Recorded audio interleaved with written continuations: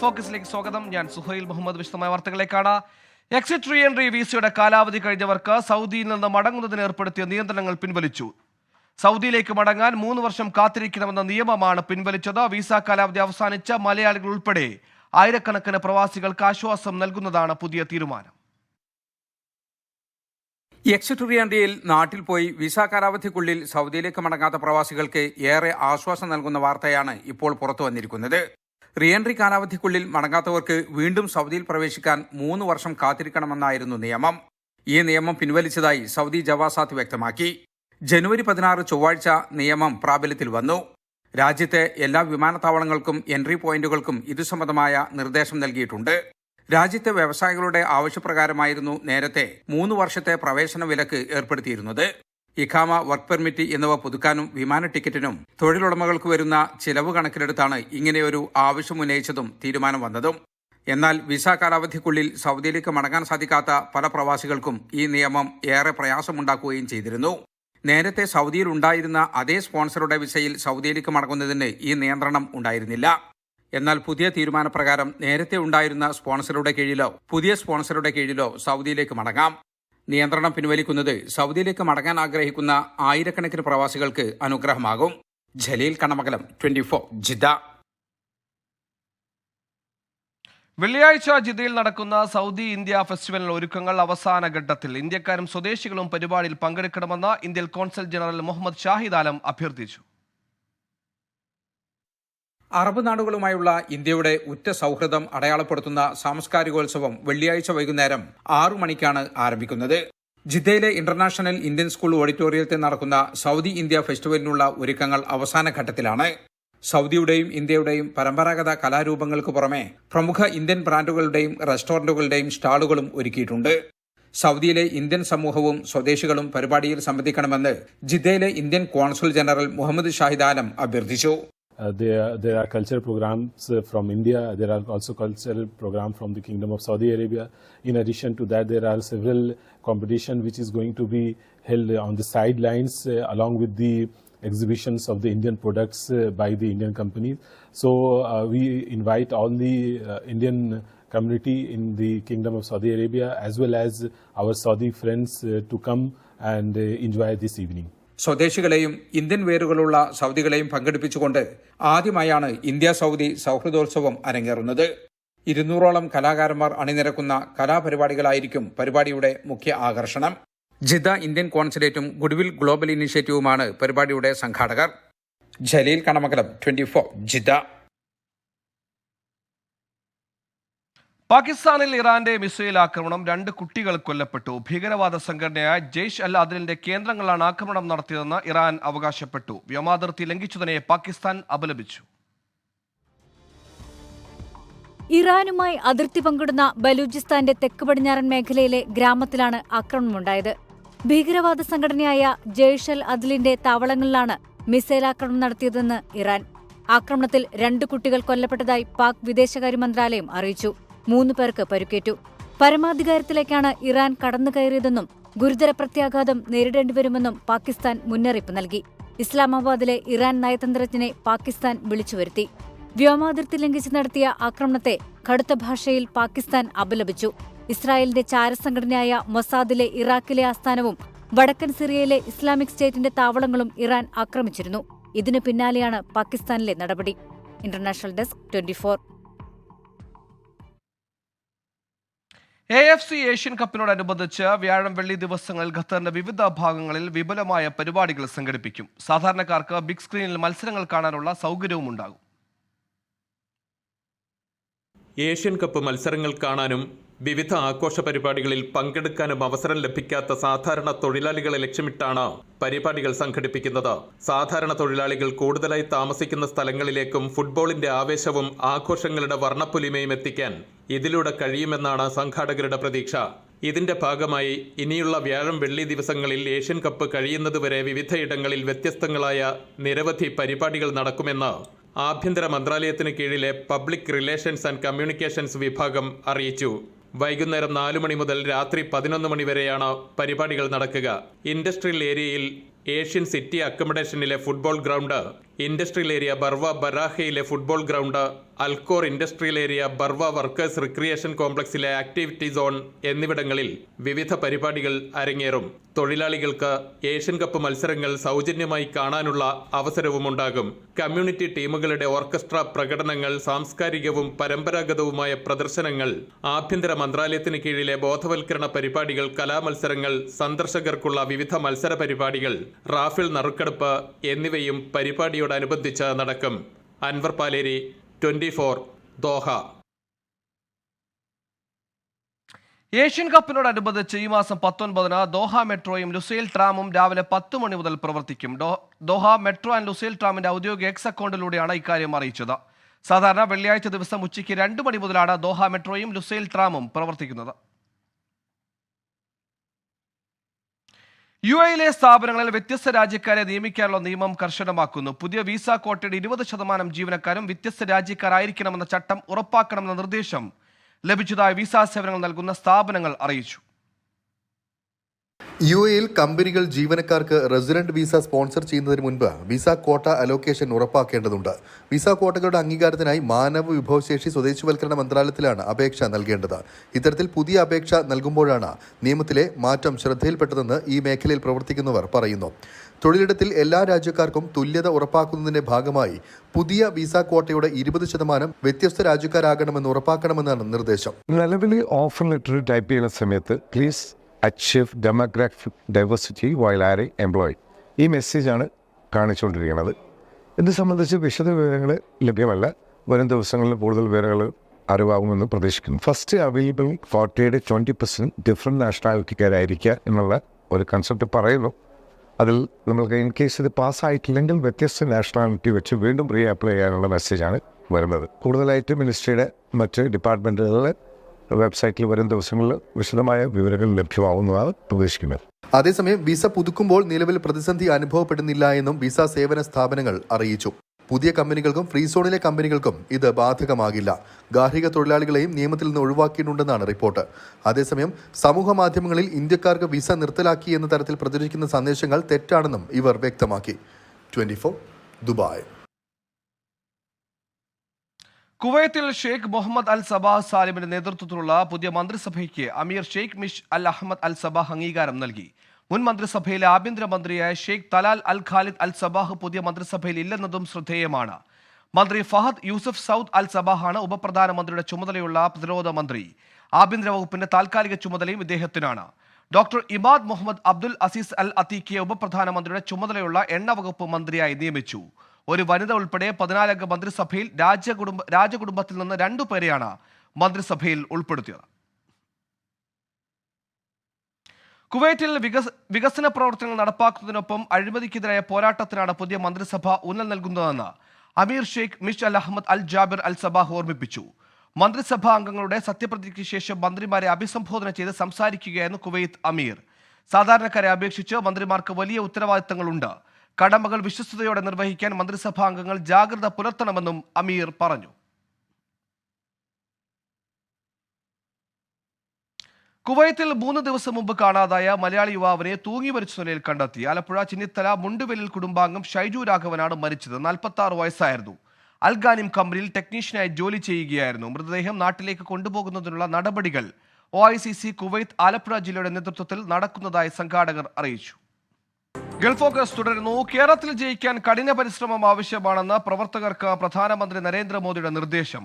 Booth തലങ്ങളിൽ പ്രവർത്തനം ശക്തിപ്പെടുത്താനും ജനങ്ങളുമായി നിരന്തരം സമ്പർക്കം പുലർത്താനും മറൈൻ ഡ്രൈവിൽ നടന്ന BJP ശക്തി കേന്ദ്ര ഇൻചാർജുമാരുടെ യോഗത്തിൽ പ്രധാനമന്ത്രി ആഹ്വാനം ചെയ്തു.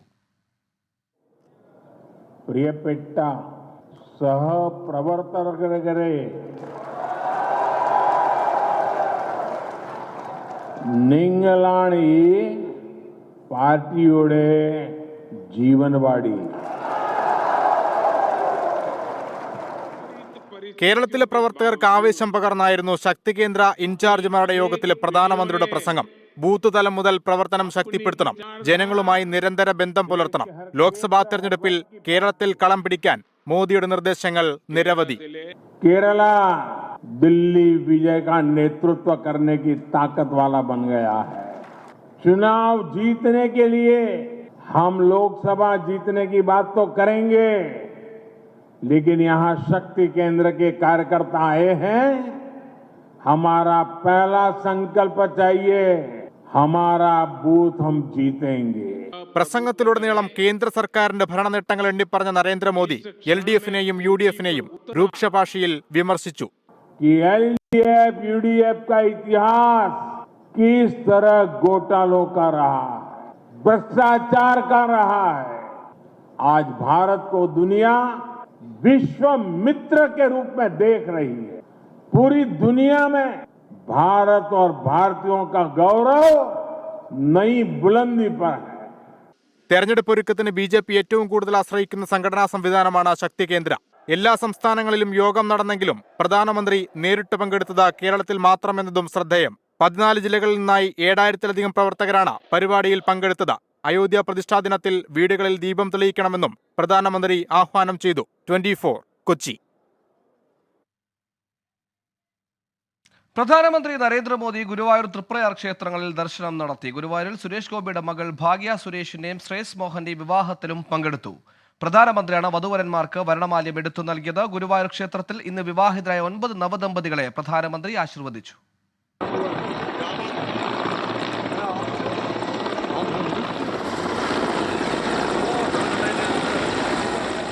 രാവിലെ 7:15 ഗുരുവായൂർ ശ്രീകൃഷ്ണ കോളേജിലെ ഹെലിപാഡ് ഗ്രൗണ്ടിൽ നൂറുകണക്കിന് BJP പ്രവർത്തകർക്ക് നടുവിലേക്ക് പ്രധാനമന്ത്രി വന്നിറങ്ങി. റോഡ് മാർഗം ദേവസ്വത്തിന്റെ ശ്രീവത്സം അതിഥി മന്ദിരത്തിലേക്ക്. കേരളീയ വേഷത്തിൽ ക്ഷേത്ര ദർശനം.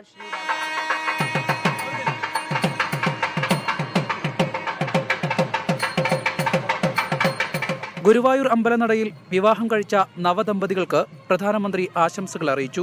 മകളുടെ വിവാഹ പന്തലിലേക്ക് സ്വർണ്ണത്തളിക നൽകി സുരേഷ് ഗോപി പ്രധാനമന്ത്രിയെ സ്വീകരിച്ചു. കതിർ മണ്ഡപത്തിൽ കുടുംബാംഗങ്ങൾക്കൊപ്പം പ്രധാനമന്ത്രിയും സാക്ഷിയായി ചലച്ചിത്ര രംഗത്തെ പ്രമുഖരും.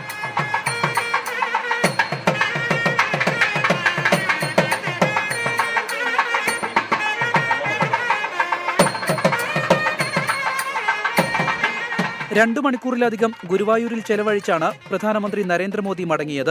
ഗോകുലം പാർക്കിൽ നടന്ന വിവാഹ സൽക്കാരത്തിൽ സിനിമ, സാമൂഹ്യ സാംസ്കാരിക, രാഷ്ട്രീയ രംഗങ്ങളിലെ പ്രമുഖർ പങ്കെടുത്തു.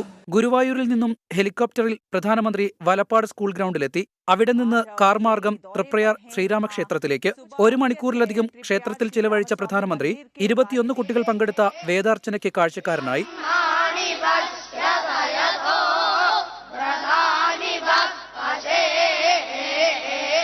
ദർശനത്തിന് ശേഷം മീനൂട്ട് വഴിപാടും നടത്തി ഹെലികോപ്റ്റർ മാർഗം 11:30 കൊച്ചിയിലേക്ക് മടങ്ങി. 24 തൃശൂർ. 4000 കോടിയുടെ പദ്ധതികൾ രാജ്യത്തിന് സമർപ്പിച്ച് പ്രധാനമന്ത്രി നരേന്ദ്രമോദി. കൊച്ചി ഷിപ്പ്യാർഡിൽ 3 വൻകിട പദ്ധതികൾ പ്രധാനമന്ത്രി ഉദ്ഘാടനം ചെയ്തു. പദ്ധതികൾ ദക്ഷിണേന്ത്യയുടെ വികസനത്തിൽ നാഴികക്കല്ലാകുമെന്ന് പ്രധാനമന്ത്രി. പദ്ധതി ഉദ്ഘാടനം ചെയ്യാൻ നേരിട്ടെത്തിയ പ്രധാനമന്ത്രിക്ക് മുഖ്യമന്ത്രി നന്ദി അറിയിച്ചു. കൊച്ചിൻ ഷിപ്പ്യാർഡ് ലിമിറ്റഡിന്റെ new dry dock, international ship repair facility, Indian oil കോർപ്പറേഷന്റെ LPG ഇമ്പോർട്ട് ടെർമിനൽ എന്നിവയാണ് പ്രധാനമന്ത്രി കൊച്ചിയിൽ ഉദ്ഘാടനം ചെയ്ത വൻകിട പദ്ധതികൾ. ഷിപ്പ്യാർഡിലെ പുതിയ ഡ്രൈ ഡോക്ക് രാജ്യത്തിന് അഭിമാനമായി മാറുമെന്ന് പ്രധാനമന്ത്രി. मैरीटाइम सेक्टर में इस क्षेत्र की हिस्सेदारी और बढ़ेगी। नया ड्राई डॉक भारत का नेशनल प्राइड है। इसके बनने से यहां बड़े जहाज, बड़े वेसल तो आ ही सकते हैं, साथ ही यहां शिप बिल्डिंग और शिप रिपेयर का काम भी संभव होगा. പദ്ധതികൾ നാടിന് അഭിമാനമെന്ന് മുഖ്യമന്ത്രി പിണറായി വിജയൻ പറഞ്ഞു. രാജ്യത്തിന്റെ പൊതുവായ വികസനത്തിൽ കേരളം നൽകുന്ന പിന്തുണയാണിതെന്നും മുഖ്യമന്ത്രി. രാജ്യത്തിന്റെ പൊതുവായ വികസനത്തിൽ കേരളം നൽകുന്ന മികച്ച പിന്തുണയുടെ ഉദാത്തമായ ദൃഷ്ടാന്തം കൂടിയാണിത്. ISRO വിജയകരമായി വിക്ഷേപിച്ച ചന്ദ്രയാൻ 3 മിഷനിലും ആദിത്യ മിഷനിലും കേരളത്തിൽ നിന്നുള്ള നിരവധി വ്യവസായ സ്ഥാപനങ്ങൾ പങ്കാളികളായിട്ടുണ്ട്. ISRO ദൗത്യങ്ങളിൽ കേരളം നൽകിയ സംഭാവനകളും മുഖ്യമന്ത്രി വേദിയിൽ എടുത്തു പറഞ്ഞു. പുതിയ പദ്ധതികളിലൂടെ 4000 പേർക്ക് തൊഴിൽ ലഭിക്കും. 24 കൊച്ചി. സെക്രട്ടേറിയറ്റ് DGP ഓഫീസ് മാർച്ചിൽ ജാമ്യം ലഭിച്ചതോടെ യൂത്ത് കോൺഗ്രസ് സംസ്ഥാന അധ്യക്ഷൻ രാഹുൽ മാങ്കൂട്ടത്തിൽ ജയിൽ മോചിതനായി. പൂജപ്പുര ജയിലിൽ വലിയ ആഘോഷത്തോടുകൂടിയാണ് പ്രവർത്തകർ മാങ്കൂട്ടത്തിലിനെ സ്വാഗതം ചെയ്തത്. സർക്കാരിനെതിരായ പോരാട്ടം തുടരുമെന്ന് രാഹുൽ മാങ്കൂട്ടത്തിൽ പറഞ്ഞു. സെക്രട്ടേറിയറ്റ് മാർച്ചിനിടെയുണ്ടായ സംഘർഷം, UDF BJP ഓഫീസ് മാർച്ച് എന്നിവയുമായി ബന്ധപ്പെട്ട് പോലീസ് എടുത്ത കേസുകളിലാണ് രാഹുൽ മാങ്കൂട്ടത്തിലിന് ജാമ്യം ലഭിച്ചത്. തിരുവനന്തപുരം പ്രിൻസിപ്പൽ സെഷൻസ് കോടതിയും CJM കോടതിയും ജാമ്യം അനുവദിച്ചതോടെയാണ് രാഹുലിന് ജയിൽ മോചിതനാകാൻ കഴിഞ്ഞത്.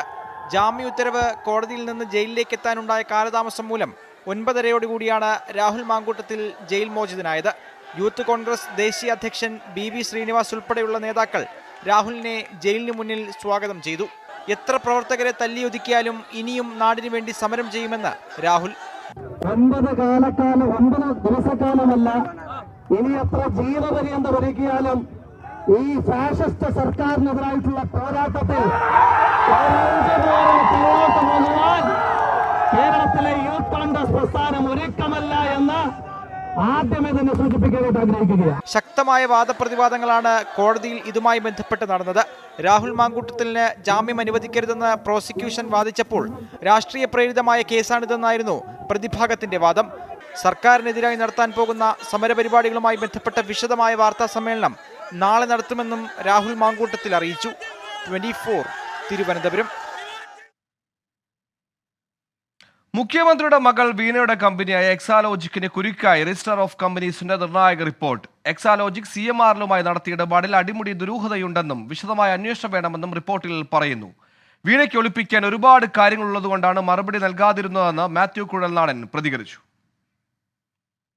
ബംഗളൂരു രജിസ്ട്രാർ ഓഫ് കമ്പനീസിന്റെ റിപ്പോർട്ടിലെ നിർണായക വിവരങ്ങളാണ് പുറത്തുവന്നത്. എക്സാലോജിക് കരിമണൽ കമ്പനിയായ CMRലുമായി നടത്തിയ ഇടപാടിൽ അടിമുടി ദുരൂഹത എന്നാണ് കണ്ടെത്തൽ. രജിസ്ട്രാർ ഓഫ് കമ്പനീസ് ആവശ്യപ്പെട്ട രേഖകൾ സമർപ്പിക്കാതിരുന്ന എക്സാലോജിക് കരാറിന്റെ വിശദാംശങ്ങളും ഹാജരാക്കിയില്ല. GST അടച്ചുവെന്ന് മാത്രമാണ് എക്സാലോജിക്കിന്റെ മറുപടിയിൽ ആകെയുള്ളത്. തട്ടിപ്പും രേഖകളിൽ കൃത്രിമത്വം കാണിച്ചെന്നും റിപ്പോർട്ടിൽ പറയുന്നു. സെക്ഷൻ 447, 448 പ്രകാരം നടപടിയെടുക്കാമെന്നും വ്യക്തമാക്കുന്നുണ്ട്. പിഴയും തടവ് ശിക്ഷയും കിട്ടാവുന്ന വകുപ്പുകളാണ് ഇത്. ഇടപാട് വിവരം CMRൽ മറച്ചുവെച്ചെന്നും കുറ്റപ്പെടുത്തുന്നു. റിലേറ്റഡ് പാർട്ടിയുമായുള്ള വിവരം ബോർഡിനെ അറിയിച്ചില്ല. കമ്പനീസ് ആക്ട് 2013 സെക്ഷൻ 188ന്റെ ലംഘനമാണ് ഇതെന്നും റിപ്പോർട്ടിലുണ്ട്. മുഖ്യമന്ത്രിയുടെ വാദങ്ങൾ പൊളിഞ്ഞെന്നും ഇടപാടുകളിൽ കൃത്യമായ മറുപടി നൽകാത്തതിനാലാണ് കേന്ദ്ര സർക്കാർ അന്വേഷണം പ്രഖ്യാപിച്ചതെന്നും മാത്യു കുഴൽനാടൻ പറഞ്ഞു. ഇന്നത്തെ ദിവസം പൊളിഞ്ഞു വീഴുന്നത് മുഖ്യമന്ത്രി തന്റെ മകൾക്ക് വേണ്ടി തീർത്ത പ്രതിരോധം, മകളുടെ ഭാഗം കേൾക്കാതെയാണ് ഈ നടപടികൾ മുന്നോട്ട് പോയത് എന്ന് പറയുമ്പോൾ മകൾക്ക് പറയാനുള്ള അവസരം ലഭിച്ചിട്ട്, പറയാനുള്ള നോട്ടീസ് ലഭിച്ചിട്ട്, പറയാനുള്ള അവസരം കിട്ടിയപ്പോ എന്തുകൊണ്ട് മറുപടി പറഞ്ഞില്ല? വിശദ അന്വേഷണം വേണമെന്നും രജിസ്ട്രാർ ഓഫ് കമ്പനീസിന്റെ പ്രാഥമിക റിപ്പോർട്ടിൽ പറയുന്നു. 24 തിരുവനന്തപുരം. മുഖ്യമന്ത്രിയുടെ ക്ഷണം നിരസിക്കാൻ UDF.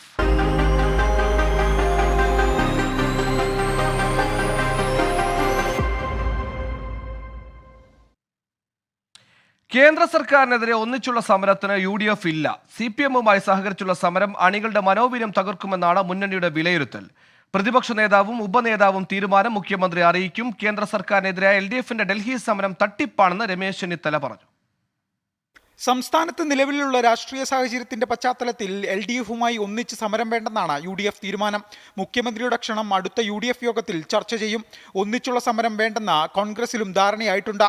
സർക്കാരിനെതിരായ സമരങ്ങളെ പോലീസിനെ ഉപയോഗിച്ച് അട്ടിമറിക്കുന്ന പശ്ചാത്തലത്തിൽ എങ്ങനെ സഹകരിക്കുമെന്ന് ശശി തരൂർ. ഈ സർക്കാർ കാണിച്ച ചില പെരുമാറ്റങ്ങൾ, ടിയർ ഗ്യാസ് അനാവശ്യമായി അടിച്ചു, വാർണിംഗ് ഇല്ലാതെ ആ വാട്ടർ ക്യാൻ അടിക്കൽ, നമ്മുടെ യൂത്ത് കോൺഗ്രസ് നേതാവിൻ്റെ എതിരെ കേസ്, ഓരോരു നോൺ ബെയിലബിൾ കേസ് അടിച്ച് കള്ളനെപ്പോലെ വീട്ടിൽ ചുറ്റും 6 മണിക്ക് പോയി അറസ്റ്റ് ചെയ്ത് കൊണ്ടുപോയാൽ, ഇതൊക്കെ കണ്ട ശേഷം എങ്ങനെ ഈ ഭരിക്കുന്ന പാർട്ടികളോടൊപ്പം നമുക്ക് സഹകരിക്കാൻ സാധിക്കുന്ന ഒരു ചോദ്യമുണ്ട് ചിലവരുടെ മനസ്സിൽ. കേരളത്തിന് വേണ്ടി സംസാരിക്കാൻ ഞങ്ങൾ എല്ലാവരും നിൽക്കുന്നുണ്ട്. ഭരിക്കുന്ന സർക്കാരും ഒരു ഉത്തരവാദിത്വമുണ്ട്. അഥവാ ഞങ്ങളോടൊപ്പം സഹകരിക്കണം അവർക്ക് ആഗ്രഹമുണ്ടെങ്കിൽ അതുപോലെ പെരുമാറട്ടെ. അത് നമ്മൾ കണ്ടിട്ടില്ല. ഒന്നിച്ചുള്ള സമരത്തിന് പ്രതിപക്ഷത്തെ മന്ത്രി PA മുഹമ്മദ് റിയാസ് വീണ്ടും ക്ഷണിച്ചു. യോജിച്ചുള്ള സമരം അനിവാര്യമാണ്, ജനങ്ങൾ ആഗ്രഹിക്കുന്നതാണ്. അതിലെല്ലാവരും ഒന്നിക്കണം എന്നുള്ളതാണ് സർക്കാരിൻ്റെ കാഴ്ചപ്പാട്. അതാണ് മുഖ്യമന്ത്രി സൂചിപ്പിച്ചത്. പാർലമെന്റ് തിരഞ്ഞെടുപ്പ് അടുത്തു നിൽക്കുന്ന പശ്ചാത്തലത്തിൽ ക്ഷണം ശ്രദ്ധയോടെ കൈകാര്യം ചെയ്യാനാണ് UDF തീരുമാനം. UDF നേതൃയോഗത്തിന് ശേഷം മാത്രമാകും പരസ്യ പ്രതികരണം. AB ജയശങ്കർ, 24 തിരുവനന്തപുരം. ഈ റിപ്പോർട്ടോടെ ഗൾഫ് ഫോക്കസ് പൂർണ്ണമാകുന്നു. ലോകത്തെവിടെയായാലും ഏത് സമയത്തും 24 വാർത്തകളും ഓഗ്മെന്റഡ് റിയാലിറ്റി പാക്കേജുകളും എക്സ്പ്ലെയിനറുകളും വിശദമായി കാണാൻ ഞങ്ങളുടെ YouTube ചാനൽ നിങ്ങൾക്ക് സബ്സ്ക്രൈബ് ചെയ്യാം.